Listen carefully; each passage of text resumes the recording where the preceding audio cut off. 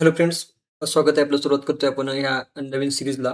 सीरीजमध्ये नवीन जो पहिला व्हिडिओ आहे आपला, त्या व्हिडिओमध्ये थोडंसं इंट्रोडक्शन आपण थोडंसं देऊ. मी म्हटल्याप्रमाणे की आपण कोणताही व्हिडिओ अगोदर रेकॉर्डिंग केलेला नाहीये. आपण करणार आहोत. जसं-जसं आपण पुढे जाऊ तशा-तशा पद्धतीने आपण रेकॉर्डिंग बॅच किंवा लेक्चर जे आहेत त्या पद्धतीने आपण घेण्याचा प्रयत्न करणार आहोत.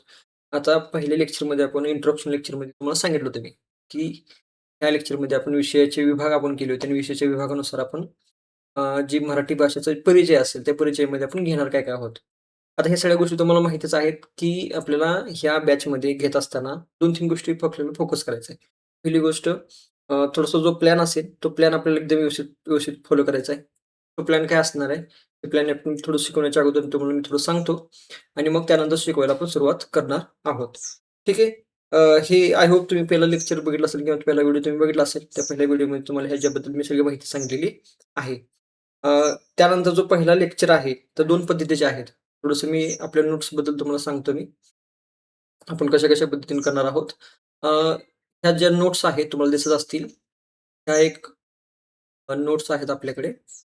ह्याच्यामध्ये आपण हँडरायटिंग प्लस बाकीचे जे मला ॲडिशनल करता येईल त्या पद्धतीने मी केलेलं आहे. आणि दुसरी जी आहे, अजून एक पी आहे. त्या पी-पी-टीमध्ये आपण थोडंसं डिजिटल फॉर्मॅटमध्ये केलेलं आहे. आता ह्या दोन्ही गोष्टी तुम्हाला मिळाल्या जातील. डोंट वरी तुम्हाला दोन्ही गोष्टी तुम्हाला पी-डी-एफ स्वरूपात मिळाल्या जातील किंवा मिळतील. ह्याच्यामध्ये आपण घेत असताना कशा पद्धतीने घ्यायचं हे असं का केलं? तर हे दोन्ही गोष्टी अशा का केल्यात? कारण मला माहिती आहे, की अभ्यास करत असताना मुलांच्या पद्धतीमध्ये, वाचण्याच्या पद्धतीमध्ये किंवा समजून घेण्याच्या पद्धतीमध्ये 2 प्रकार असतात. त्या 2 प्रकारापैकी हा एक प्रकार आहे, की ह्याला आपण म्हणतो इमेज टेक्निक म्हणतो. हा जो थोडासा ॲडव्हान्स टेक्निकमध्ये येतो आणि जे रेग्युलर आपण वापरतो तो कुठला? हा जो प्रकार आहे. तो जोच आपण जे आपल्या रेग्युलर भाषेमध्ये लिहितो, नोट्स काढतो त्याच पद्धतीनुसार. मग ह्या नोट्समध्ये आणि ह्याच्यामध्ये पी-पी-टीमध्ये फायदा काय असतो, की नोट्समध्ये आपल्याला बऱ्याच गोष्टी ॲडिशनल गोष्टी मिळतात आणि पी-पी-टीमध्ये लिमिटेड गोष्टी टीचिंग करण्यासाठी असतात.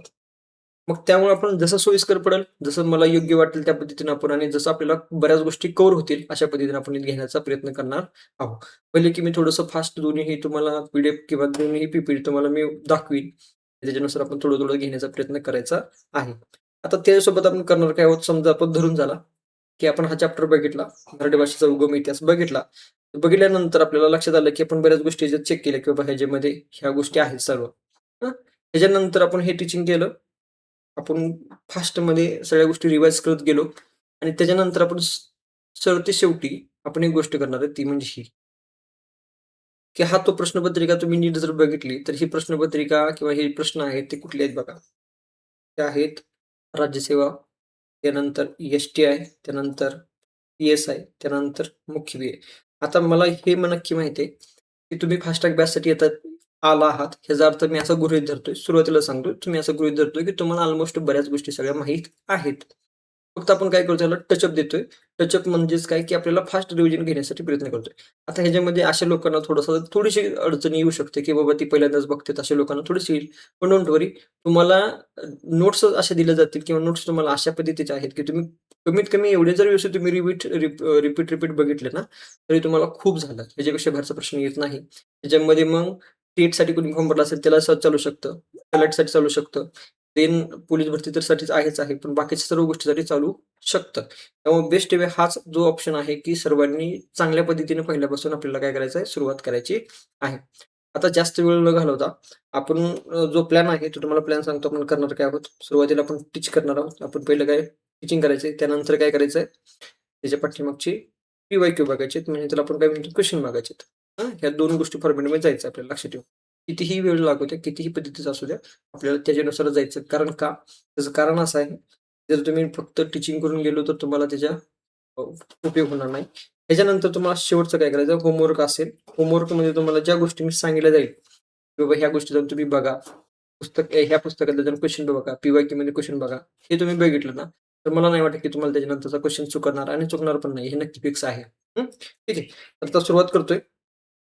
अ, तर जो मराठी भाषेचा इतिहास किंवा मराठी भाषा आपण म्हणतो ज्याला, की त्या भाषेचा इतिहास आपण जरा थोडंसं माहिती असणं गरजेचं असतं. आता इतिहासामध्ये आहे काय? बाबा की 2 मी सांगितलं खाली नकाशामध्ये दिल्याप्रमाणे आहे बघा, की ह्याच्यामध्ये पण तुम्हाला मी दाखवलं, की ह्याच्यामध्ये नकाशा आहे असा. हं. कुठे गेला? हा नकाशा आहे. ह्या नकाशामध्ये सांगितलं, की हा जो वरचा भाग आहे, वरच्या भागामध्ये जे बाहेरून लोक आलेले, कुठून आलेले? हे बाहेरून आलेले लोक आहेत. बाहेरून आलेले आणि हे मूळचे आहेत आपल्यासाठी. आपल्यासाठी कुठले? हे मूळचे लोक आहेत. ह्याच्या दोन्हीमध्ये जो डिफरन्स आहे किंवा ही भाषा आहे. आता 5 मिनिटं जर विचार केला गेला तर हे मूळचे असो किंवा बाहेरचे असो, पण आपला जो महाराष्ट्र आहे, तो महाराष्ट्र ह्या भागाचा, ह्या भागाचा. आपण असं करू शकतो की बाबा हे महाराष्ट्र आपला ह्या भागामध्ये आहे. मग आता आपल्या महाराष्ट्रावर ह्या गोष्टीचा, दोन्ही गोष्टीचा परिणाम कसा झाला? तर हे थोडंसं सांगत असताना तुम्हाला मी सांगितल्या पद्धतीनं, की भारतामध्ये आर्य, युरोपियन सुद्धा म्हणतो त्याला संस्कृतमधून, आणि सिंधू खोऱ्यात राहणारी जी लोक होती ती मूळचे भारतीय होते. म्हणजे सिंधू खोरा म्हणजे आता इथून पुढे जो खालचा भाग असेल तो ह्याच्यामध्ये येणारी लोक मूळचे भारतीय होते. आता ह्याच्यामध्ये जास्त प्रश्न आपल्याला येत नाही. डायरेक्टली प्रश्न किती येतो? भारतातील पहिली भाषा कोणती? भारतातील पहिली भाषा ज्यावेळेस म्हणतो त्यावेळेस लक्षात ठेवायचं, की सर्वात अगोदर नाव घ्यायचं, तमिळ घ्यायचं, आणि त्याच्यानंतर जो कोणाचं घ्यायचं तर त्याचं घ्यायचं नाव, ती जी भाषा असेल तमिळ घ्यायची, आणि तमिळ नंतर कोणाचं घ्यायचं आहे? संस्कृत घ्यायचं. आणि तमिळ भाषेलाच काय म्हणायचं? कारण संस्कृत भाषेचा प्रभाव नाही. म्हणजे ही संस्कृत भाषा कुठून आली बाबा? आपण म्हणतो की आर्य भाषा, आर्य युरोपियन लोक होते, त्यांनी भाषा आणली आणि आपण त्यांना म्हणतो की संस्कृत भाषा त्यांनी आणली. 5 मिनिटं धरून चालू असेल. पण आपल्याला संस्कृत तर मूळची येणार नाही भारताची. मग भारताची पहिली भाषा कोणती असू शकते? तर तमिळ असू शकते. कारण का? तर त्याच्या संस्कृतमध्ये त्याचा प्रभाव अजिबात नाहीये, म्हणून तिला आपण भारतातील पहिली भाषा म्हणू शकतो. ठीक आहे. आता राहिली गोष्ट जगातील पहिली भाषा. जगातील पहिली भाषा प्रत्येकजण आपापला देश, आपापली भाषा पहिली आहे असं सांगण्याच्या ओढीमध्ये आहे. त्याच्यामध्ये आपण जास्त महत्त्व घेत किंवा त्याच्यामध्ये ॲडिशनल गोष्टी बघत बसण्याचे अर्थ नाही. ठीक आहे. जगातील पहिली भाषा कुठली म्हणायची? सॉरी, भारतातील पहिली भाषा म्हटलं का तमिळ म्हणायची. त्याच्यामध्ये संस्कृत भाषेचा प्रभाव नसणार आहे. ठीक आहे. आता पुन्हा बघा खाली इथं सांगितलं की ह्याच्यामध्ये देवनागरी आणि संस्कृत म्हणजे द्रविडियन असे देवनागरी 2 भाग पडले जातात. मग ह्याच्यामध्ये आपल्याला प्रश्न विचारला जातो गटानुसार की द्रविडियन भाषा कोणत्या? आर्य भाषा कोणत्या? पहिली 2 गोष्टी होत्या. आता द्रविडियन भाषेसाठी आणि आर्य भाषेसाठी, मग मी आर्यन भाषेसाठी काय केलं? आर्य म्हणजे याचं काय सांगितलं? आर्यन माहिती तुम्हाला असेल.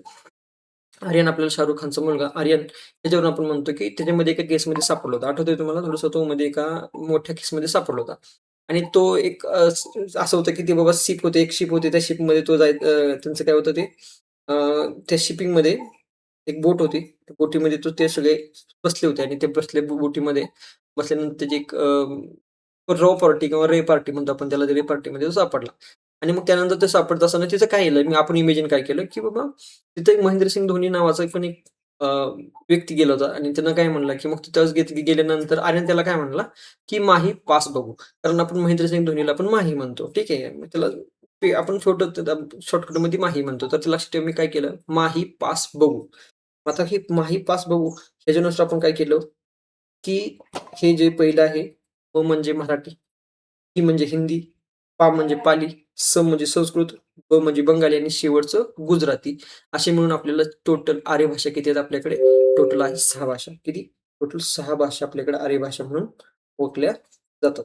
आता ह्याच्यामध्ये बघितलं तर 6 भाषा आर्य भाषा म्हणून जातात. तर सेम टू सेम हाच जो भाग आहे द्रविडियन भाषा. मग आर्य भाषा सोडून बाकीच्या जे खालील भाषा असतात ते कुठल्या सापडतात आपल्याला? द्रविडियन भाषा म्हणतात. द्रविड म्हणजे खालच्या दक्षिण भारतातील भाषा जी आहे ते आपण द्रविड म्हणतो. मग त्याच्यामध्ये काय केलं, द्रविडियन म्हणण्याच्या पेक्षा मी त्याला काय म्हणतो, राहुल द्रविड नावाचा एक व्यक्ती आपल्याला क्रिकेटर आहे, त्याचं नाव घेतलं, आणि त्याच्या नावानुसार तो काय म्हणतो, त्याला काय आवडतं, तर त्याला के-टी-एम-टी आवडतो. कोणता? के-टी-एम-टी आवडतो. असं मी काय म्हणलं, के-टी-एम-टी. आता के-टी-एम-टी म्हणजे काय? के म्हणजे कन्नडी, टी म्हणजे तमिळ, एम म्हणजे मल्याळम, आणि पुन्हा टी म्हणजे तेलुगू. त्याला के-टी-एम-टी आवडतो. मग कुठली? मग के-टी-एम-टी हे 4 भाषा आहेत. किती आहेत? 4 भाषा. मग आपल्याला आर्य भाषा, द्रविड भाषा टोटल आपल्यासाठी किती आहेत? 4 भाषा आहेत. किती? 4 भाषा आपल्याला आर्यन भाषा म्हणून ओळखल्या जातात. ठीक आहे. आता प्रश्नपत्रिकेमध्ये प्रश्न येताना कसा येतो? आर्य भाषा 6, द्रविड भाषा 4. त्यामध्ये आर्य भाषा कसं लक्षात ठेवायची? माही पास बघू. आणि द्रविड भाषा कशा लक्षात ठेवायच्या? की राहुल द्रविडला के-टी-एम-टी आवडतो किंवा के-टी-एम-टी आवडतो असं लक्षात ठेवायचं. ठीक आहे. त्यानंतर पुढचा प्रश्न येतो, मराठी भाषाचं उगमस्थान कुठून? तर मराठी भाषा 2 गोष्टीपासून बनलं, की संस्कृत आणि प्राकृत. आता मगाशी म्हटल्याप्रमाणे, की आपला महाराष्ट्र जर नीट बघितला तर आपल्याला महाराष्ट्र इथे दिसतो. त्या महाराष्ट्रामध्ये ह्या भागामध्ये असताना आपण ह्या भागामध्ये आहोत असं धरून चला. तर संस्कृत आणि आपल्याला प्राकृत भाषेचा, या दोन्ही भाषेचा काय झाला? एक मिलाप झाला, आणि त्या मिलापमधून आपली मराठी भाषा बनली. म्हणजेच काय? आपल्या भाषेवर बाकीच्या भाषांचा सुद्धा प्रभाव आहे. का? तर आपल्याला माहिती आहे, तुम्हाला शब्दसिद्धी चॅप्टर आहे त्याच्यामध्ये आपण आपल्या बाहेरच्या भाषेत सुद्धा, आपण भाषेमधील शब्द सुद्धा आपण वापरतो. म्हणजे थोडासा प्रभाव बाहेरच्या भाषेचा सुद्धा आपल्याला आहे. मग आता महाराष्ट्रीय भाषा आणि त्याचं मग दुसरं काय झालं? आता प्राकृत म्हणजे काय झालं, की अपभ्रंश झाल्या. मग काही भाषांचा किंवा काही शब्दांचा अपभ्रंश झाला. जे शब्द एकत्र वापरतो त्यानंतर दुसरा शब्द वापरला गेला, आणि ते दोन्ही एकत्र झाल्यानंतर आपण काय करतो, जी आत्ताची जी भाषा आहे, ती एकदम अशी सडनली होती का? नाही, तर ती बदलत गेल्यामुळं त्याला आपण काय म्हणतो अपभ्रंश होऊन झालेली भाषा किंवा संस्कृत आणि प्राकृत मिळून झालेली भाषा. आर्य भाषांची आर्यांची प्राकृतिक भाषा म्हणून प्राकृत भाषा बोलीभाषा होती आणि ती संस्कृत भाषा. अशा दोन्ही एकत्र झाल्या आणि त्यानंतर संस्कृतीचं लिखाण वैदिक पद्धतीने झालं. आता लिखाण संस्कृतमध्ये होत होतं आणि बोलीभाषा प्राकृत होती. दोन्हीचं एकत्र झालं आणि त्याच्यामध्ये मग आपली सुरुवात, आपली जी भाषेची सुरुवात सुरू झाली, कुठून झाली? ती महाराष्ट्रीय किंवा आपण मराठी भाषा सुद्धा म्हणतो. त्या दोन्हीच्या मिलनामधून झाली. म्हणून लक्षात ठेवायचं, की ज्यावेळेस मराठी भाषेचं उगमस्थान आपण कधी म्हणतो, तर लक्षात ठेवायचं संस्कृत आणि प्राकृत भाषेचा संदर्भ द्यायचा. त्याचं काय त्याचं उत्तर तिथं द्यायचं. आता संस्कृत आणि प्राकृत भाषेमध्ये टोटल भाषा किती आहेत? पुन्हा त्याच्यामध्ये भाषा 5 येतात. त्याच्यामध्ये आपण आपल्याला चांगल्या पद्धतीने परिचय असलेली पाली, त्यानंतर असलेली महाराष्ट्री, शौरसेनी, अर्धमागधी आणि मगाधी. आता हे बाकीचे 3 आहेत. ह्याच्याबद्दल थोडंसं जास्त आपल्याला इतिहासामध्ये जास्तीत जास्त मोडले जातात. पाली आणि जी महाराष्ट्री भाषा आहे, ह्याच्याबद्दल थोडंसं आपल्याला अजून सुद्धा इतिहासामध्ये आपण बघतो. त्याचा पाठीमागे एक संदर्भ द्यायचा पाली भाषेचा, तर गौतम बुद्धांचे जे पूर्णपणे जे ग्रंथ आहेत, ते कुठल्या भाषेमध्ये येतात? पाली भाषेमध्ये येतात आणि महाराष्ट्रामध्ये आपण जे बघितलो तेच मराठी भाषा असं म्हणतो. ठीक आहे. त्यानंतर पुढचा भाग येतो मराठी भाषेचे कौशल्य. आता लक्षात ठेवा मराठी भाषेचे कौशल्य एकूण म्हटलं का, एकूण शब्द आला का म्हणायचे 5 आणि फक्त मराठी भाषेचे कौशल्य म्हटलं का फक्त त्यावेळेस येणार किती? 4. लक्षात ठेवा. 4 मध्ये येणार कुठला नाही तो हा शेवटचा आकलन हे येणार नाही. एकूण म्हटलं का टोटल 5 येणार आणि फक्त मराठी भाषेचे कौशल्य म्हटलं का फक्त 4 येणार. मग त्याच्यामध्ये श्रवण, वाचन आणि लिखाण. ठीक आहे. आता धातू कशाला म्हणायचं? तर धातू हा क्रियापदाच्या ज्याच्यापासून बनतो किंवा क्रियापद ज्याच्यापासून बनतो त्याला मूळ धातूला आपण किंवा त्या धातूला धातू असे म्हणतो. म्हणजे लक्षात ठेवा बोलणे हा एक क्रियापद आहे. त्याचा मूळ धातू काय? बोल. तसंच पडली हा एक क्रियापद आहे. त्याच्यामध्ये जर त्याचा धातू जर का शोधायचा असेल तर त्याचा पड हा त्याचा धातू असणार आहे. ठीक आहे. आता जो पुढचा भाग आहे तो अभिजात भाषा. अभिजात भाषेवरती ह्या वर्षी नक्की प्रश्न येऊ शकतो. कारण का? मी म्हटल्याप्रमाणे की ह्या वर्षी अभिजात भाषेच्यामध्ये अजून ॲडिशनल गोष्टी झालेल्या आहेत. आता फक्त याच्यामध्ये प्रश्न येऊ शकतो कुठला? तर नवीन समितीबद्दल. तुम्हाला होमवर्क आहे. आता हे जुन्या पद्धतीचं मी तुम्हाला लिहून दाखवलेलं आहे, की त्याच्यामध्ये की अभिजात भाषा तमिळ, संस्कृत, कन्नड, तेलुगू आणि मल्याळम आणि ओडिया ह्या भाषा जुन्या होत्या. आता नवीन पुन्हा किती झाले सांगितलं तुम्हाला. नवीन टोटल सगळे मिळून झाले की आपल्याकडे 11 झालेल्या आहेत. आता तुमचा होमवर्क हाच आहे तुम्हाला आजच्या पहिल्या लेक्चरमधला, की तुम्हाला टोटल कोणत्या, कोणत्या भाषा अभिजात भाषेत दर्जा मिळालेला आहे. त्याच्यामध्ये त्या समितीचे नाव काय विचारायचं बघायचं. ते थोडंसं तुम्ही काय केलं सर्च करायचं. त्याचं कारण काय माहिती आहे का, ज्यावेळेस हे असं मी का तुम्हाला प्रत्येक लेक्चरमध्ये मी सांगणार आहे. त्याचं कारण असं आहे, की त्यावेळेस तुम्ही थोडंसं एखादी गोष्ट तुम्हाला शोधायची असते ना, तुम्ही बऱ्याच गोष्टी त्याच्यासोबत तुम्हाला बऱ्याच गोष्टी मिळत असतात आणि हे चॅप्टर आपल्याला का बघायचं? कारण ह्याच वर्षी तुम्हाला ह्याच्यावर प्रश्न पडण्याचे जास्तीत जास्त चान्सेस आहेत. कारण ह्या वर्षी जे आपल्याला काय झालंय अभिजात भाषा मराठी भाषेला अभिजात भाषा दर्जा मिळालेला आहे. म्हणून हे थोडंसं आपल्याला बघायचं आहे. आता ह्याच्या सुरुवातीला ह्याच्यापूर्वी आपल्याला मराठी भाषेसाठी किंवा मराठी भाषा समितीसाठी कुठली समिती होती? तर रंगनाथ पठारे समिती 2012 ची होती. 10 जानेवारी 2012 ची राज्य शासनाची ती समिती होती. या समितीमध्ये ॲक्चुअली काय असतं थोडं थोडक्यात सांगतो, जास्त वेळ घेत नाही याच्यामध्ये, की याच्यामध्ये आपल्या मराठी भाषेला दर्जा मिळवण्यासाठी, अभिजात भाषा दर्जा मिळवण्यासाठी, त्याच्यानंतर त्याच्या भाषेवरची आपल्याला काही बऱ्याच गोष्टी संशोधन होतं. त्याच्यावर अजून बऱ्याच गोष्टीच्या काय म्हणतात त्याला, इतिहासातील बऱ्याच गोष्टी बाहेर काढण्याचा प्रयत्न केला जातो. त्याला उजाळा देण्यासाठी काम केलं. त्याच्याबद्दल सेपरेट विद्यापीठ सुद्धा आपण निर्माण करतो आणि हे सर्व गोष्टी मिळण्यासाठी अभिजात भाषा दर्जा मिळणं गरजेचं असतं. म्हणून ह्यासाठी मग आता हे दर्जा मिळण्यासाठी त्याला काहीतरी क्रायटेरिया आहे. त्या क्रायटेरियामध्ये काय आहे, की बाबा ते एकदम जुनी भाषा असली पाहिजे. त्याच्या जुनी भाषेमध्ये काहीतरी इतिहास असला पाहिजे त्या भाषेला. अशा बऱ्याच गोष्टी तुम्हाला दिलेल्या आहेत. मग आता ह्याच्यामध्ये पहिला जो मराठी भाषा आमची जुनी आहे हे सांगण्याच्या पाठीमागे आपण एक पुरावा दिला होता. ते एक छोटंसं एक वाक्य होतं. ते गोमटेश्वर पुतळ्याच्या खाली होतं आणि ते काय होतं, श्री चावंतराय राजे करविले असा एक शब्द होता किंवा असं एक वाक्य होतं. ते मराठीचं सर्वात जुनं वाक्य असं पण मानलं जातो. सुरुवातीला आपण हाच आपण पुरावा देत होतो. मग ह्याच्यामध्ये बरेच पुरावा गेले. पण नाणेघाटाचा काय पुरावा दिला 2220 वर्षापूर्वीचा दिला. मग ते ब्राह्मी लिपीतून होता. मग ते शिलालेख होता. त्यानंतर लिखित पुरावा सुद्धा आपण दिला. पहिला लिखित पुरावा सुद्धा आपण देण्याचा प्रयत्न केला आणि शेवटी मग आता गाथा सप्तशती सुद्धा आपण तो सुद्धा एक पुरावा आपण दिलेला आहे आणि या सर्व गोष्टीचा इतिहास बघून, काढून किंवा बऱ्याच गोष्टीचा प्रयत्न करून शेवटी आपल्याला ह्या वर्षी अभिजात भाषेत दर्जा मिळालेला आहे. आता ही अभिजात भाषा इतिहासाबद्दल झालं. आता इथून सुरुवात होते आपली लिपी. म्हणजे आता हे सर्व चालतोय, हे सगळ्या गोष्टी बोलतोय, ह्या मराठी भाषा, ह्याला भाषेला पण लिपी काही तर आहे ना. मग लिपीचा जो मूळ धातू आहे किंवा त्याला मूळ धातू म्हणतो त्याला काय? लिपीचा अर्थ किंवा मूळ धातू त्याला आपण लिप लिप असे म्हणतो. लिप म्हणजे लिपणे असा त्याचा अर्थ घेतला जातो. आता हे तुम्हाला माहिती आहे आणि लिपीची एक व्याख्या आहे मुखावरून निघणाऱ्या अ, मुखातून पडलेला आवाज हवेत नष्ट न होता ते आपण कशामध्ये करतो किंवा न होऊ देण्यासाठी आपण जी गोष्ट लिहिलो किंवा ती लिखित स्वरूपात ठेवतो त्याला आपण लिपी म्हणतो. मग ते लिपणे त्याला सारवणे किंवा लिपणे सुद्धा असं म्हटलं जातं. आता लिपीच्या शोधामुळे काय झालं लिखाण शक्य झालं. गरजेचं नाही, फक्त माहिती असलं पाहिजे. तर आता सर्वात महत्त्वाचं काय, की ब्राह्मी लिपी किंवा ब्राह्मी प्राचीन लिपी जी आहे, ती सर्वात जुनी लिपी आहे असं म्हटलं जातं. म्हणून आपण ब्राह्मी लिपीलाच काय म्हणलं जातं, की सर्व लिपीची जननी म्हणलं जातं. हा एक आपल्याला प्रश्न सारखा-सारखा विचारलेला आहे, की मराठी भाषेतली जी लिपी आहे, ती सर्वात जुनी आहे. असं जुनी का म्हणतो तर त्याच्या पाठीमागचं कारण काय आहे, की ती सर्व लिपींची जननी आहे, की माता आहे असं म्हटलं जातं. त्याच्यात दुसरी आहे, की खरोष्ट लिपी किंवा गांधारी लिपी. ही लिपी अ, कुशाण काळातील सर्वात जुनी लिपी होती. खरोष्टी म्हणजेच काही गडवाच्या ओठासारखी लिपी असलेली ज्याला आपण काय म्हणतो, खरोष्ट लिपी असं म्हणतो. कधी-कधी प्रश्नपत्रिकेमध्ये प्रश्न विचारलाय, की गडवाच्या तोंडाच्या किंवा गडवाच्या ओठासारखी लिपी जी आहे, ती कुठली आहे? तर ती गांधारी लिपी सुद्धा किंवा त्याला खरोष्ट लिपी सुद्धा म्हटलं जातं. आता त्यानंतर ब्राह्मी लिपीमध्ये पुन्हा उत्तरी, दक्षिणी, नागरी, शरदा बरेच पश्चिम पूर्व आपल्याला हे गरजेचं नाही, ह्याच्यामध्ये प्रश्न आपल्याला कधी विचारलेला नाही.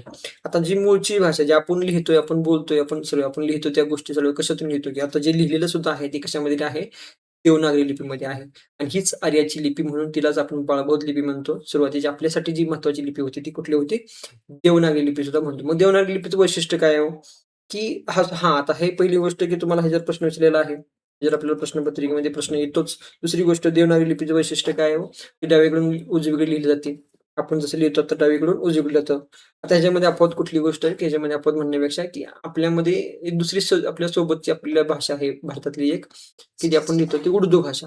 उर्दू भाषा आपल्याला इकडून डावीकडून उजवीकडून न लिहिता ती उजवीकडून डावीकडे लिहिली जाते. लक्षात ठेवा. उजवीकडून डावीकडे लिहिली जाते आणि ती अशा काहीतरी पद्धतीची आपल्याला दाखवली जाते. अशा पद्धतीने लिहिलेली असते. त्याला आपण काय म्हणतो उजवीकडील डावीकडे लिहिलेली भाषा असते आणि आपण लिहितो, ते कशी लिहितो? अशा पद्धतीनं लिहितो. लक्षात आलं? की आपण अशा डावीकडून उजवीकडे जातो. आता प्रत्येक अक्षरावर शिरोरेषा असते. शुद्ध लेखनामध्ये आपल्याला बघितलं असेल तर आपल्याला प्रत्येक अक्षरावर काय पाहिजे आपल्यासाठी एक शिरोरेषा म्हणजे आपण जे रेष मारतो त्याला रेष असणं गरजेचं आहे आणि प्रत्येक आवाजाला स्वतंत्र खूण आहे. स्वतंत्र खूण आहे. हे वाक्यावरूनच आपल्याला एक ह्याचं दुसरं नाव पडतं. आदर्श लिपी सुद्धा ह्याला म्हटलं जातं. कारण का? तर ह्या लिपीमध्ये प्रत्येक अक्षराला एक स्वतंत्र खूण आहे. म्हणजे समजा आता प्रत्येक आवाज असेल, हा क आहे, तर ह्याला 100% आपण ह्याला कच म्हणतो. ह्याला एक वेगळं चिन्ह आहे. आता क दुसरा चिन्ह नाहीये बाबा ह्यालाच दुसरं असं म्हटलं जातं काही नाही. तर ख म्हणलं का त्याचं दुसरा चिन्ह आलं. ही जी स्वतंत्र खूण असल्यामुळं त्याला आपण आदर्श लिपी सुद्धा म्हटलं जातं. लक्षात ठेवा. त्यानंतर मोडी लिपी येते. मोडी लिपीला म्हणतो आपण मुरड घालून लिहिणे. हां, ज्यामध्ये सर्वात जास्त प्रश्न विचारलेला एकच प्रश्न सर्वात जास्त विचारलेला तो म्हणजे हिला मुरड घालून लिहिली जाते. कशी लिहिली जाते? मुरड घालून लिहिलेली असते. म्हणून तिला काय म्हणतो? मोडी लिपी म्हणतो. आणि हिला अजून एक शब्द आहे, हिला अजून एक नाव आहे. ते धावलिपी म्हणतात. काय म्हणतात तिला? धावलिपी सुद्धा म्हटलं जातं. म्हणून लक्षात ठेवायचं मोडी लिपीमध्ये प्रश्न 2च पद्धतीने येऊ शकतात. एकतर मोडी लिपी मुरड घालून लिहिली जाणारी लिपी कोणती? तर मोडी लिपी आणि तिलाच आपण धावलिपी सुद्धा म्हटलं जातं. ठीक आहे. दोन्ही गोष्टी ह्याच्यामध्ये 2च वाक्य किंवा 2च प्रश्न येऊ शकतात. व्याकरणाचा काय आहे 100% प्रश्न बऱ्याच वेळा प्रश्न विचारलेला आहे, की हा प्रश्न कधीही असा न विचारता कशा पद्धतीनं भाषेला शुद्ध करण्याचे व्याकरण असेल तर हे सगळ्याला माहिती आहे. आता ह्याच्यावर प्रश्न येत नाही. आपल्याला प्रश्न कशावर येतो? प्रश्न आपल्याला इथं येतो. वी अधिक आ अधिक कृ बरोबर व्या अधिक करण. हे शुद्ध साधन. ह्याला काय म्हणतो? व्या अधिक शुद्ध साधन. म्हणजे व्या इज इक्वल टू म्हणजे व्या बरोबर काय असतं त्याला त्याचा अर्थ होतो शुद्ध.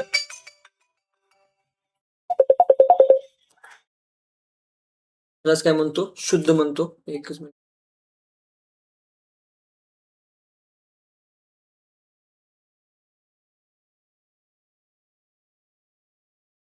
त्यालाच काय म्हणतो आपण? शुद्ध म्हणतो.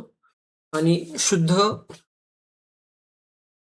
आणि ह्यालाच काय म्हणतो व्याकरणकरण म्हणजे साधन म्हणतो आणि शुद्ध करण्याचं साधन जे असतं, साधन आपल्याला जी भाषा आपल्याला शुद्ध करायचं असतं किंवा आपण जी भाषा आपण करतो, जे मोडतोड किंवा कशी आहे, कशा पद्धतीने लिहिलं पाहिजे, काय पद्धती केलं पाहिजे, हे सेट करण्यासाठी जे व्याकरण म्हणतो, त्याला आपण काय म्हणतो, अधिक करण म्हणतो. ठीक आहे. आधी व्याख्या काय सांगितलं, की भाषेचे स्पष्टीकरण करणारे शास्त्र म्हणजे त्याला आपण काय म्हणतो, व्याकरण असे सुद्धा म्हणतो. लक्षात आलं? व्याकरण असे म्हणतात. भाषा शुद्ध करणारे शास्त्र म्हणजे व्याकरण म्हणतो किंवा भाषेचं स्पष्टीकरण करणाऱ्या शास्त्राला सुद्धा व्याकरण असे म्हटलं जातं. हे 2-3 व्याख्या लक्षात ठेवा फक्त. आता त्यानंतर थोडंसं टेक्स्चर डाटा येतो. टेक्स्चर डाटामध्ये तुम्हाला एक दिलेलं आहे बघा खाली, की the grammar of Maratha language हे जे पुस्तक आहे, हे पुस्तक कोणी लिहिलेलं आहे? विल्यम कॅरीने. हा एकदा प्रश्न 1-2 वेळा प्रश्न विचारलेला आहे. तर मग आपल्याला माहिती असणं गरजेचं आहे. विल्यम कॅरी ह्या नावाच्या एक इंग्रज व्यक्तीने लिहिलेलं आहे. The grammar of Maratha language. Texture data आहे, माहितीच असणं गरजेचं आहे. लक्षात ठेवा. मराठी भाषेचे व्याकरण संस्कृत आणि इंग्रजी यापासून बनलेली आहे. बरोबर आहे, संस्कृत आणि इंग्रजी कारण बरेच शब्द इंग्रजीमध्ये सुद्धा भाषेमध्ये सुद्धा आपल्याकडे आलेले आहेत. आता त्यानंतर काही पुस्तक आहेत, की ज्याच्यामध्ये गंगाधर शास्त्री फडकेने त्याला आपण काय म्हणतो, आद्य व्याकरणकर्ते सुद्धा म्हटलं जातो. हा प्रश्न सारखा-सारखा विचारलेला आहे. लक्षात ठेवा हां. आद्य व्याकरणकार सुद्धा म्हटलेलं आहे. आता त्यानंतर महाराष्ट्र भाषेचे व्याकरण, त्यानंतर तिने अजून काय केलेलं आहे, 3 महिन्या अगोदर बुक प्रकाशित झालं होतं. त्यांचे दादाबा पांडुरंग तर्खडे 1830 मध्ये त्यांनी काय केलं होतं, महाराष्ट्र भाषेचे अ, व्याकरण. त्यामुळे त्यांना आता 3 महिन्यापूर्वी केले असल्यामुळे त्यांना आपण काय म्हणायचं, की ते आद्य व्याकरणकर्ते कोणाला नाव दिलं गेलं? गंगाधर शास्त्री फडके दिलं. पण असे काही आता ऑफलाईनमध्ये थोडंसं मला चर्चा झाली होती विद्यार्थ्याकडून, की दादोबा पांडुरंग तळखरकरांना सुद्धा आद्य व्याकरणकर्ते सुद्धा म्हटलं जातं का? कारण त्याच वर्षी त्यांचं पुस्तक सुद्धा प्रकाशित झालेलं होतं. मग हे दोन्ही मी म्हणायचं कोणाला? आता बऱ्याच पुस्तकामध्ये उत्तर देत असताना श्री गंगाधर शास्त्री फडके यांनाच आद्य व्याकरणकार करते असं म्हटलं गेलेलं आहे. पण ठीक आहे, जे म्हटले त्याच पद्धतीने आपल्याला जाणं गरजेचं आहे. त्याच्यामध्ये आपण बदल करू शकत नाहीये. त्यानंतर बघा बाळशास्त्री जांभेकरांचं कुठलं लिहिलं? बालव्याकरण सुद्धा लिहिलेलं आहे. हे सुद्धा आपल्याला प्रश्नपत्रिकेमध्ये प्रश्न विचारलेला होता, की बालव्याकरण लिहिलेलं कोण आहे? तर ते बाळशास्त्री जांभेकरांनी लिहिलेलं आहे. आता सर्वात जास्त प्रश्नपत्रिकेमध्ये नेहमी प्रश्न येतो, ते म्हणजे मराठी भाषेचे पाणिनी कोण? दादोबा पांडुरंग तर्खडकर. मराठी भाषेचे शिवाजी कोण? कृष्णशास्त्री चिपळूणकर. आणि मराठी भाषेचे जॉन्सन कोण? कृष्णशास्त्री चिपळूणकर. आता पाणिनी सगळ्याला माहिती आहे. पाणिनी हा ह्याच्यामध्ये आपण चुकत नाही. हे एकदम परफेक्ट आपल्या लक्षात राहतं. प्रॉब्लेम येतो कुठं? ह्या 2 मराठी भाषेत शिवाजी आणि मराठी भाषेत जॉन्सन. साधे 2 गोष्टी 2 वाक्यामध्ये तुम्हाला सांगतो शिवाजी आणि जॉन्सन कसं लक्षात ठेवायचं. आता महाराष्ट्रामध्ये छत्रपती शिवाजी महाराजांना एक दैवत मानलं जातं. म्हणजे देव मानलं जातं. बरोबर. आता हे आपल्या अ, माणसातील देव मानलं जातं. बरोबर. माणसासाठी आपल्याला देव आहे, ते आपलं दैवत आहे. पण आता हीच गोष्ट देवामध्ये सर्वात श्रेष्ठ कोण मानलं जातं? तर विष्णू शास्त्री चिपळूणकर. असं म्हणलं का? आता लक्षात ठेवायचं. माणसातील देव म्हणला का शिवाजी लक्षात ठेवायचं आणि देवातील देव म्हणला का लक्षात कोण ठेवायचं? विष्णू ठेवायचं. सर्वात मोठा माणूस कोण आहे? सर्वात मोठा देव कोण आहे? विष्णू. मग आपल्याला देवातील सर्वात मोठा देव विष्णू आणि इकडं माणसातील सर्वात मोठा माणूस कोण आहे? तर शिवाजी. लक्षात ठेवायचं दोन्हीचं कंपेअर काय करायचं? मराठी भाषेत शिवाजी कोणाला म्हटलं जातं? विष्णू शास्त्री चिपळूणकर म्हटलं जातं आणि मराठी भाषेचे जॉन्सन. आता जॉन्सन लक्षात ठेवायचं की आपले देव आहेत कृष्ण, श्रीकृष्ण आपल्याला माहिती आहे. श्रीकृष्णाचा कलर कसा आहे? सावळा आहे. आपण त्यांना कृष्णवर्णीय म्हणतो. त्याला आपण त्यांच्या नावावरूनच कृष्णवर्णीय असं नाव पडलं गेलं आणि त्यालाच आपण काय म्हणतो सावळा आहे आणि सावळा साबणमधला सावळा कलर त्यांना उजळायसाठी त्यांनी कुठली साबण वापरली? जॉन्सन साबण वापरली. कुणी वापरली? श्रीकृष्णाने जॉन्सन साबण वापरली किंवा त्यांच्यासाठी साबण तयार केली. कारण का? ते सावळा कलर आपल्याला काढायसाठी. आपल्याला हे लक्षात ठेवण्यासाठी करायचं आहे. लक्षात ठेवा. बाकीच्या ह्याच्यातून आपल्याला कुठलाही हेतू नाहीये. मराठी भाषेचे जॉन्सन आपण कसं लक्षात ठेवायचं? कृष्णशास्त्री चिपळूणकर असं लक्षात ठेवा. ठीक आहे. आता त्यानंतर जो पुढचा भाग आहे, मराठी भाषेचे आद्य ग्रंथ का किंवा आद्य ग्रंथ संपदा आहे, ती कुठल्या पद्धतीची आहे बघा. प्रश्नपत्रिकेमध्ये आपल्याला सर्वात जास्त प्रश्न येतो, जो पहिला येतो मुकुंदराज. पहिला येतो कुठला? मुकुंदराज. मुकुंदराजांनी आपल्याला काय सांगितलं, की विवेक सिंधू हा ग्रंथ लिहिला. त्यानंतर महेमभट्टांनी कुठला लिहिला? लीळाचरित्र हा एक प्रश्न सारखा विचारलेला आहे. त्यानंतर भीष्माचार्यांनी काय म्हटलं? पंचवार्तिक लक्षात ठेवला. केशवदेव व्यास यांनी दृष्टांत पाठ केलं. असं लक्षात ठेवायचं होतं. त्यानंतर संत ज्ञानेश्वरांनी कुठली लिहिली? भावार्थ दीपिका किंवा ज्ञानेश्वरी हे एक लिहिलं आणि संत कालिदासांनी कुठलं लिहिलं? शाकुंतल हा एक ग्रंथ आहे, तो लिहिलेला आहे. आता हे ग्रंथ तुम्हाला मी सांगतोय का? तर हे लक्षात ठेवायचं. हे सर्वच्या सर्व आपल्याला व्हेरी आय-एम-पी आहेत. कारण आपल्याला प्रश्नपत्रिकेमध्ये सारखे प्रश्न विचारलेले आहेत. लक्षात ठेवा. त्यामुळे हे आपल्याला पाठच करणं गरजेचं आहे. पुन्हा एकदा सांगतो अ, मुकुंदराजांनी कुठला लिहिला? विवेक सिंधू लिहिला. महिम भट्टांनी कुठला लिहिला? लीळाचरित्र लिहिला. भीष्माचार्यांनी कुठला लिहिला? पंचवार्तिका लिहिली. केशवदेव व्यासांनी कुठला लिहिला? दृष्टांत पाठ लिहिला. आणि संत ज्ञानेश्वरांनी कुठली लिहिली? भावार्थ दीपिका. तिलाच आपण काय म्हणतो? ज्ञानेश्वरी असं म्हणतो. आणि शेवटी कालिदासांचं जे पद्य आहे ते कुठलं आहे? शाकुंतल सुद्धा अ, कालिदासांचं एक पद्य ग्रंथ सुद्धा आहे. ठीक आहे. त्यानंतर महाराष्ट्र राज्याची राजभाषा मराठी आहे. आता हा एक प्रश्न आपल्याला सारखा विचारलेला आहे, की राज्यभाषा कोणती? राजभाषा आपली मराठी आहे. त्यानंतर हा प्रश्न कदाचित 1-2 वेळा विचारलेला, जास्तीत जास्त विचारला नाही, पण माहिती असलं एक्स्ट्रा एक फॅक्ट आहे तो. महाराष्ट्रानंतर मॉरिशस या देशामध्ये मराठी बोलली जाते. सर्वात जास्त किंवा महाराष्ट्रानंतर मॉरिशस या देशामध्ये मराठी बोलली जाते. त्याचं कारण काय? जास्तीत जास्त महाराष्ट्रीय स्थलांतर झालेली लोकं तिथं आपल्याला आहेत. मराठी भाषा जगात 10व्या क्रमांकावर तर भारतामध्ये 3ऱ्या क्रमांकावर आहे. हा पण आपल्याला एक फॅक्ट माहीत असलं पाहिजे फक्त म्हणून लक्षात ठेवा. जगामध्ये 10व्या क्रमांकावर आहे आणि भारतामध्ये 3ऱ्या क्रमांकावर आहे. आता कलम 343 नुसार हिंदी आणि इंग्रजी संघराज्याच्या व्यवहारामध्ये भाषा आपली. मग आता आपल्याला प्रश्न कसा विचारला लागतो, की कलमामध्ये कलम कुठला आहे भाषेचा? 343 लक्षात ठेवा फक्त. भाषेचं कलम म्हटलं तर लक्षात 343 आहे. हे फक्त लक्षात ठेवायचं आहे. आता त्यानंतर काय? ज्ञानपीठ पुरस्कार मिळालेले साहित्यिक नाव आणि साहित्यकृती कोणती बघा? विष्णू सखाराम खांडेकर त्यांचं जे साहित्यकृती आहे ते ययाती आहे.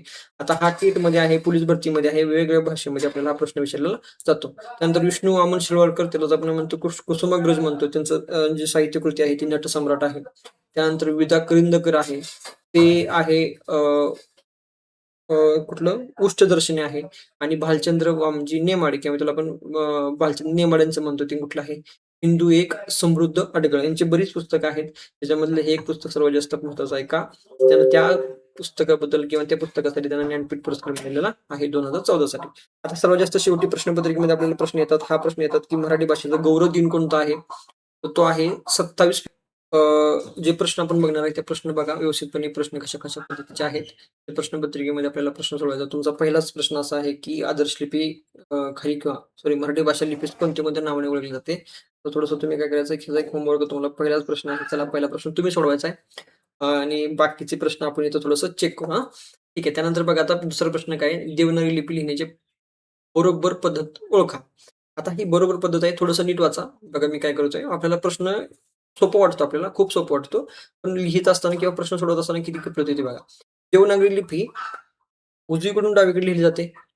दुसरं ऑप्शन आहे लिपी अक्षर म्हणून लिहिली जाते. तिसरं आहे लिपी डावीकडून उजवीकडे लिहिली जाते. आणि एक लिपी एकाखाली एक अशी लिहिली जात नाही.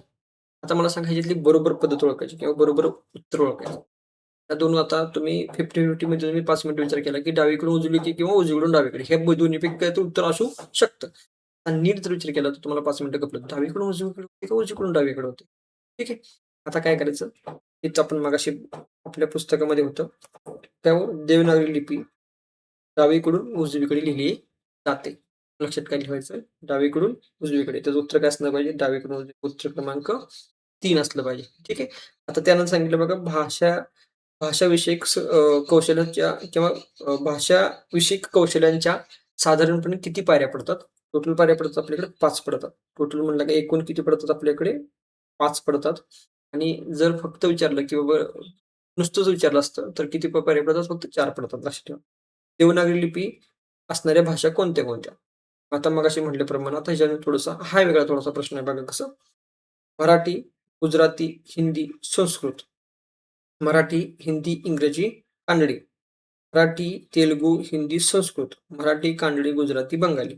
ह्याच्यामध्ये सांगा. साधी गोष्ट आपल्याला थोडंसं आपण महाराष्ट्रामध्ये राहतो, आपल्याला भारतामध्ये राहतो आपण. आपल्याला माहिती आहे, की बाबा इथली कुठली भाषा अशा आहेत किंवा आपल्याला चांगल्या पद्धतीने. आता 5 मिनिटं म्हटलं तर मराठी भाषा आहेच आहे. कानडी, गुजराती आणि बंगाली. आता कानडी भाषा असते जिलेबीच्या आकड्यासारखी. ह्याच्यामध्ये असणार आहे का हो ती?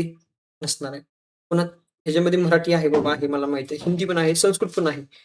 पुन्हा तेलुगू भाषा लिहिण्याची पद्धत आहे का? नाही. तेच जिलेबीच्या आकड्यासारखंच. त्यानंतर तिसरा ऑप्शन काय? मराठी, हिंदी आहे. कानडी नाहीये. इंग्रजी नाहीये. दोन्ही पण येऊ शकत नाही. त्यामुळे हे दोन्ही पण येऊ शकत नाही. राहिली कुठली? मराठी, गुजराती, हिंदी आणि संस्कृत. त्यामुळे ऑप्शन क्रमांक 1. थोडंसं लॉजिक सुद्धा लावू शकतो आपण. लॉजिक नुसार सुद्धा उत्तर आपल्याला मिळतात. लक्षात ठेवा. त्यानंतर शेवटचा जो त्यानंतर प्रश्न बघा, देवनागरी लिपी लिहिण्याच्या पद्धती स्पष्ट करणारे वाक्य. आता हे 2 वाक्य किंवा 2 क्वेशन मी का घेण्याचं कारण काय असं आहे, कारण देवनागरी लिपी अ, जे वरचे प्रश्न आहेत ना, ते प्रश्न अशा 2 पद्धतीने विचारू शकतात. देवनागरी लिपी लिहिण्याची पद्धत डावीकडून उजवीकडे आहे. बरोबर आहे, हेच वाक्य आहे. ही लिपी लिहिण्याची पद्धत खालीवरून वर आहे. नाहीये. हे काय संबंध नाही. देवलिपी लिहिण्याची उजवीकडून डावीकडे नाही. हे तर आपण लिहितो कुठली? उर्दू लिहितो. तो कुठे लिहितो? उर्दू लिहितो. देवनागरी लिपी लिहिण्याची जी पद्धत आहे ती वळचुराकाळी नाही. ती सरळ आहे. एका रेषेमध्ये येते. लक्षात ठेवलं? हा एक प्रश्न आला. त्याचा पुढचा प्रश्न काय बघा. प्राचीन काळामध्ये ब्राह्मी आणि खरुशी 2 लिप्या प्रचलित होत्या.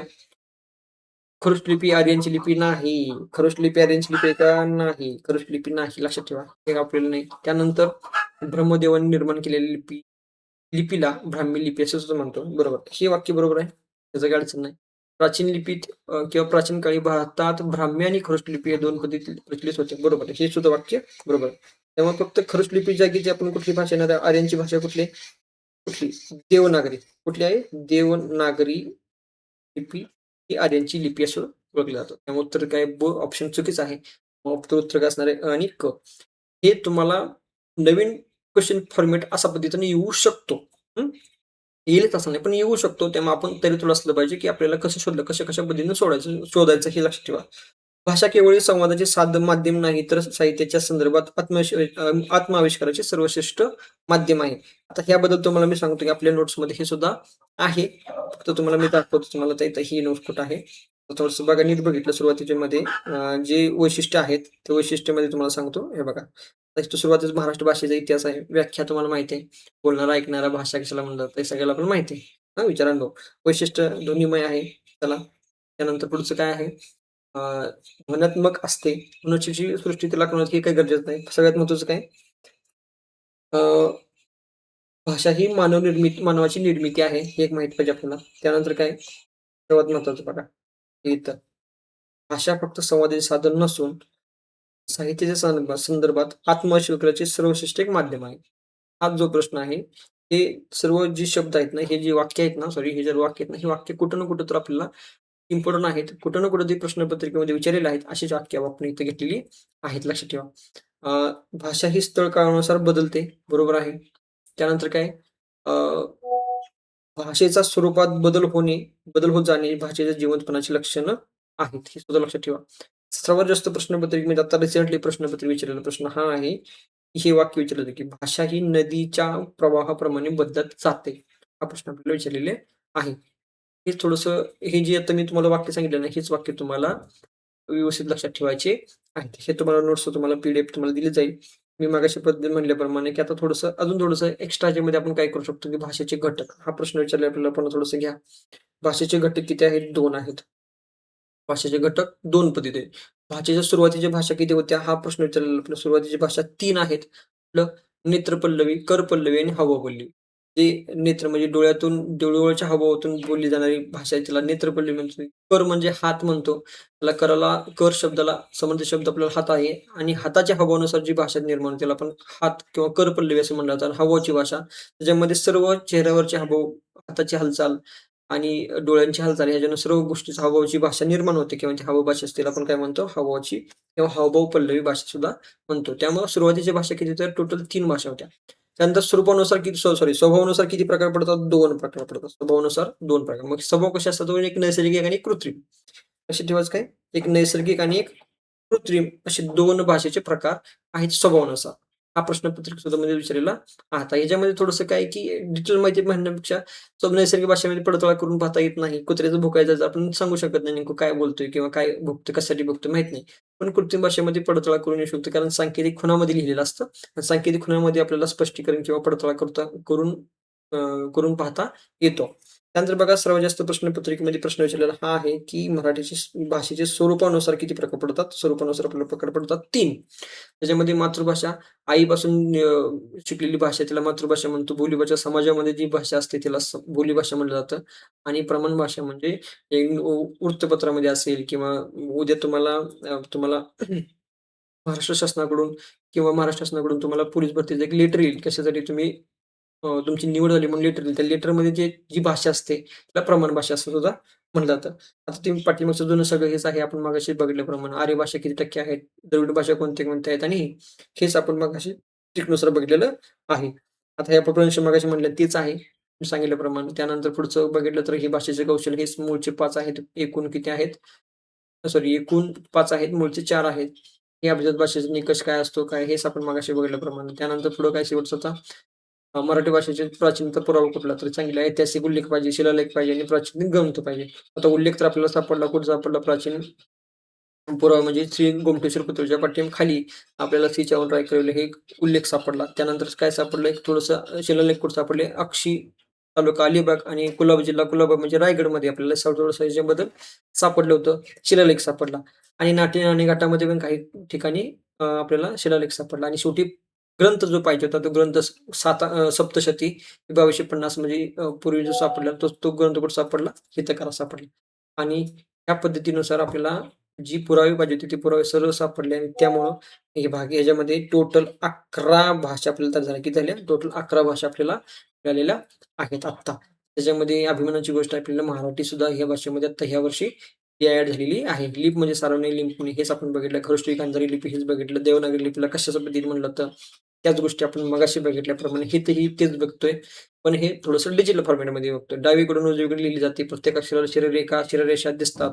प्रत्येक आवाजाला स्वतंत्र खुणा आहेत. मोडी लिपी कशाला? मुरड घालून लिहिलेली लिपीला मोडी लिपी म्हणतो. त्याच्यामध्ये मोड लिपी, त्याला धावलिपी म्हणतो. हे 2-3 शब्द कीवर्ड फक्त लक्षात ठेवा. बाकीचं काही गरजेचं नाहीये. पी प्लस आ प्लस क्रू फक्त हे 3 गोष्टी लक्षात ठेवा. हा प्रश्नपत्र 1-2 प्रश्न विचारलेला नाही. मराठी भाषेचे व्याकरण जे व्याकरणाबद्दलच्या व्याख्या आहेत, त्या व्याख्या 2 प्रश्नपत्रिकेमध्ये सारख्या-सारख्या विचारतात. त्या दोन्ही व्याख्या इथे मी दिलेल्या आहेत. मराठी भाषेचे स्पष्टीकरण करणाऱ्या शास्त्राला व्याकरण असे म्हणलं जातं. भाषा शुद्ध करणाऱ्या शास्त्राला व्याकरण असे म्हणलं जातं. दोन्ही प्रश्न विचारलेले आहे. त्यानंतर व्याकरणाला महर्षी पतंजली यांनी शब्दानुशासन सुद्धा म्हटलेलं आहे. काय म्हटलं ते? शब्दानुशासन सुद्धा कुणी सांगितलं? पतंजलींनी म्हटलेलं होतं. लक्षात ठेवा. त्यानंतर मगाशी सांगितलं विल्यम कॅरीने कुठे लिहिलं होतं? The grammar of Maratha language ह्याच्याबद्दल केलेलं होतं. त्यानं 1805 मध्ये कलकत्त्याजवळ श्रीरामपूर म्हणून त्या ठिकाणी प्रकाशित केलेलं होतं.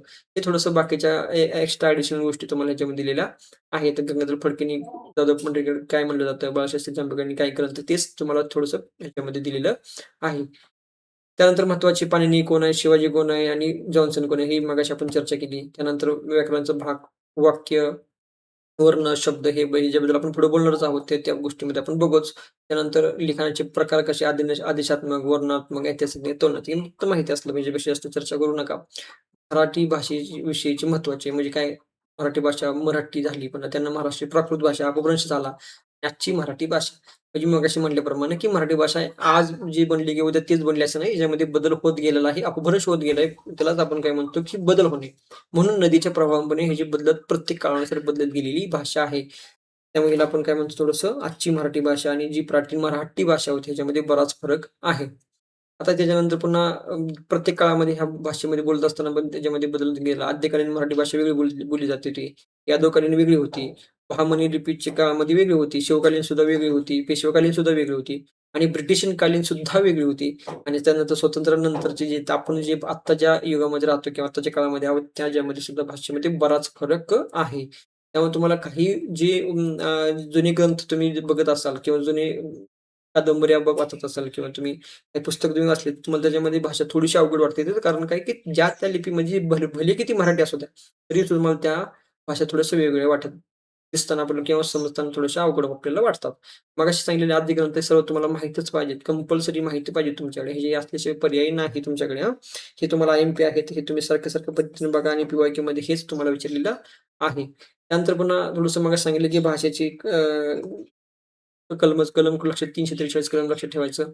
जगात 10 क्रमांचे आहेत सगळं तेच सांगितलं तुम्हाला आधी आणि हेच सर्व गोष्टी तुम्हाला शेवटी तुम्हाला मराठी बोली भाषेची मध्ये आता सध्या सुद्धा बघितलं, तर मराठी भाषेमध्ये किती प्रकार आहेत बघा. कोल्हापुरी वेगळी भाषा आहे, सोलापुरी वेगळी भाषा आहे, सातारी वेगळी आहे, कोकणी वेगळी आहे, वऱ्हाडी वेगळी आहे, नागपुरी आहे, त्यानंतर संगमेश्वरी वेगळी, मालवणी वेगळी. पण सगळ्याच्या मूळची भाषा मराठीच आहे. पण त्याच्यामध्ये बोलण्याच्या प्रभावानुसार किंवा काळानुसार म्हणण्यापेक्षा जागेनुसार त्यांच्या भाषेची बोलण्याची पद्धत बदलते. भाषा तीच राहते. ठीक आहे. त्यानंतर शेवटी तुम्हाला काही पुस्तकं आहेत, ती पुस्तकं तुम्हाला इमेज टेक्निकमध्ये लक्षात ठेवा. ती मगाशी म्हणलं हिंदू एक जगण्याची अडगळ भालचंद्र नेमाड्यांची पुस्तक आहे. विद्याकरणाचं अष्टदर्शन आहे. नटसम्राट वि.वा. शिळेकरांचं त्यालाच आपण काय म्हणतो कुसुमाग्रज म्हणतो. आणि ययाती जी आहे ती विष्णू वामन शिरवाडकर सॉरी विष्णू सखाराम खांडेकरांची ययाती कादंबरी ह्यांच्याबद्दल थोडंसं का सांगितलं? आणि हे प्रश्नपत्रिकेमध्ये सर्वात जास्त प्रश्नपत्रिका का विचारलं जातं? त्याचं पाठिंबाचं कारण आहे की ज्ञानपीठ पुरस्कार मिळालेल्या कादंबऱ्या आहेत. आणि शेवटी सांगितल्याप्रमाणे मराठी भाषा गौरव दिन 27 फेब्रुवारी मराठी राजभाषा दिन 1 मे आहे आणि मराठा गौरव पंधरवडा जे आहे तो आहे 1 जानेवारी ते 15 जानेवारीपर्यंत आहे. परत तेच आहे थोडंसं रिपीट करतोय. आणि हे शेवटी जे आपण सर्व गोष्टी बघितल्या त्या गोष्टीचं सर्वच महत्त्व जे कुठं येतं ते इथे येतं बघा. मराठी गौरव भाषा दिन कुठं सांगितलं त्याप्रमाणे आपल्याला 27 फेब्रुवारीला आहे. ठीक आहे. आता त्यानंतर मराठीचे आविष्कार साधन हे सर्वोच्च माध्यम आहे. हे बरोबर आहे का? तर संपूर्ण बरोबर आहे मगाशी राहिल्याप्रमाणे. आणि ठराविक क्रमाने आलेल्या अक्षर समूहांना आपण काय म्हणतो? अक्षर समूह म्हणला का लक्षात ठेवायचा शब्द आला. तो शब्द काय आहे? तो शब्द आला. आणि शब्द समूहाला काय म्हणतो? वाक्य म्हणतो. ह्याला काय म्हणतो मी 5 मिनिटं. शब्द समूह शब्द समूह त्याला काय म्हणतो आपण? वाक्य असं म्हणलं तर लक्षात ठेवा. अशा पद्धतीनं जो पहिला जो भाग आहे आपण हे व्हिडिओ इथंच थांबवतोय. ह्याच्यामध्ये